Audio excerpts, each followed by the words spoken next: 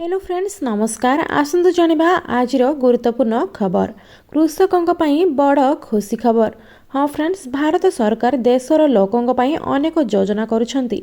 देशर कोटी कोटी लोक एही सरकार योजनार लाभ पाइछंती। भारत एक कृषि प्रधान देश। भारतर 50% रु अधिक लोक चाषरु रोजगार करती। सेथिपाई सरकार विशेष करी कृषक मानक पई अनेक योजना मध्य आनिछि। ଯେଉଁମାନେ ଚାଷ କରି ପର୍ଯ୍ୟାପ୍ତ ଅର୍ଥ ରୋଜଗାର କରିବାକୁ ସକ୍ଷମ ନୁହନ୍ତି ସେହି କୃଷକମାନଙ୍କୁ ଆର୍ଥିକ ସହାୟତା ଯୋଗାଇବା ପାଇଁ ସରକାର ପ୍ରଧାନମନ୍ତ୍ରୀ କିଷାନ ସମ୍ମାନ ନିଧି ଯୋଜନା ଚଲାଉଛନ୍ତି, ଯେଉଁଥିରେ କୃଷକମାନଙ୍କୁ ବାର୍ଷିକ 6,000 ଟଙ୍କା ଦିଆଯାଏ। କିଷାନ ଯୋଜନା ଅଧୀନରେ ସରକାର ଏପର୍ଯ୍ୟନ୍ତ 18ଟି କିସ୍ତି ଜାରି କରିଛି। ହେଲେ ବର୍ତ୍ତମାନ କୃଷକମାନେ ଏହି ଯୋଜନାର ପରବର୍ତ୍ତୀ କିସ୍ତି ପାଇଁ ଅପେକ୍ଷା କରିଛନ୍ତି। ପରବର୍ତ୍ତୀ କିସ୍ତି କେବେ ଜାରି ହୋଇପାରିବ ଆସନ୍ତୁ ଜାଣିବା।